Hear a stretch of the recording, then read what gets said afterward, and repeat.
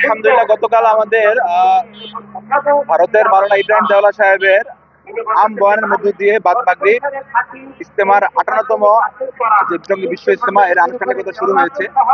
আজ ফজর বাদ অর্থাৎ আজ শুক্রবার মাওলানা জিয়াউল হক সাহেব পাকিস্তানের উনি বয়ান করছেন। সকাল 10টায় আমাদের বিশেষ 3টি প্রোগ্রাম হবে। একটি বিভিন্ন ইউনিভার্সিটি কলেজের শিক্ষকদের, একটি বিভিন্ন ইউনিভার্সিটি কলেজের ছাত্র ভাইদের এবং একটি খাওয়াজের অর্থাৎ সমাজের উল্লেখযোগ্য ব্যক্তিবর্গদের। আজ আমাদের জুমার নামাজ এই ময়দানেই হবে। জুমার নামাজ পড়বেন আমাদের মাওলানা জুবাইর সাহেব।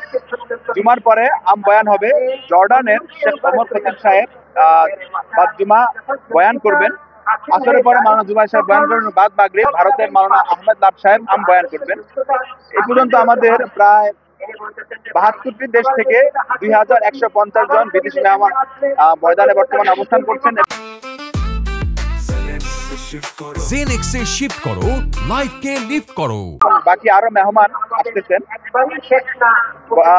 আপনাদের একটি প্রশ্ন ছিল যে হঠাৎ করে কেন একটু আগে থেকে অর্থাৎ গতকালকে বৃহস্পতিবার থেকে ইজতেমার আনুষ্ঠানিকতা শুরু হলো, যা কিনা আজ শুক্রবার ফজরের আম বয়ানের মধ্যে দিয়ে শুরু হওয়ার কথা ছিল। মূল বিষয়টা হলো আসলে ইংরেজিতে রাত 12টার পরে তারিখের পরিবর্তন হয়, অর্থাৎ দিনের পরিবর্তন হয়, কিন্তু আরবিতে মাগরিবের নামাজের পর অর্থাৎ সূর্যাস্তের পরেই দিনের পরিবর্তন হয়ে যায়। যেহেতু আমরা আরবি তারিখটাই ফলো করি, অর্থাৎ গতকালকে বৃহস্পতিবার মাগরিবের নামাজের পরে শুক্রবার দিন শুরু হয়ে গিয়েছে আমাদের, সেই হিসাবে শুক্রবার দিনেই আমাদের ইজতেমার আনুষ্ঠানিকতা শুরু হয়েছে।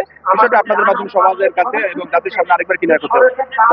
আমাদের নিরাপত্তার জন্য আমাদের আল্লাহ তাআলা যথেষ্ট। বাকি আমাদের সুন্নত হিসাবে আমাদের প্রায় 10,000 সাথী আমাদের বিভিন্ন ময়দানে যে গেটগুলো রয়েছে গেটে গেটে এবং ময়দানের ভিতরে যে রাস্তাগুলো রয়েছে, যে রুটগুলো রয়েছে, রোডে রোডে আমাদের সাথীরা পাহারার আমলে রয়েছেন, যাতে সবাই সুশৃঙ্খল ভাবে হাঁটাচলা করতে পারে, কারো কোনো সামানা হারিয়ে না যায় বা খাওয়া না যায়। এবং পুলিশ প্রশাসনের পক্ষ থেকে ওনারা প্রায় 7,000 পুলিশ মোতায়েন করেছেন। ওনারা 5 স্তরের নিরাপত্তা ব্যবস্থা কায়েম করেছেন।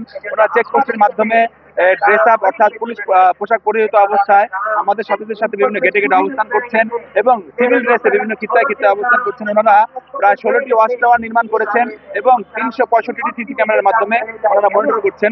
আশা করতেছি ইনশাআল্লাহ ওনারা যেটা উদ্যোগ নিয়েছেন, এই উদ্যোগের কারণে কোনো নাশকতাকারী এরকম কোনো কিছু সুযোগ এই বছর পাবে না।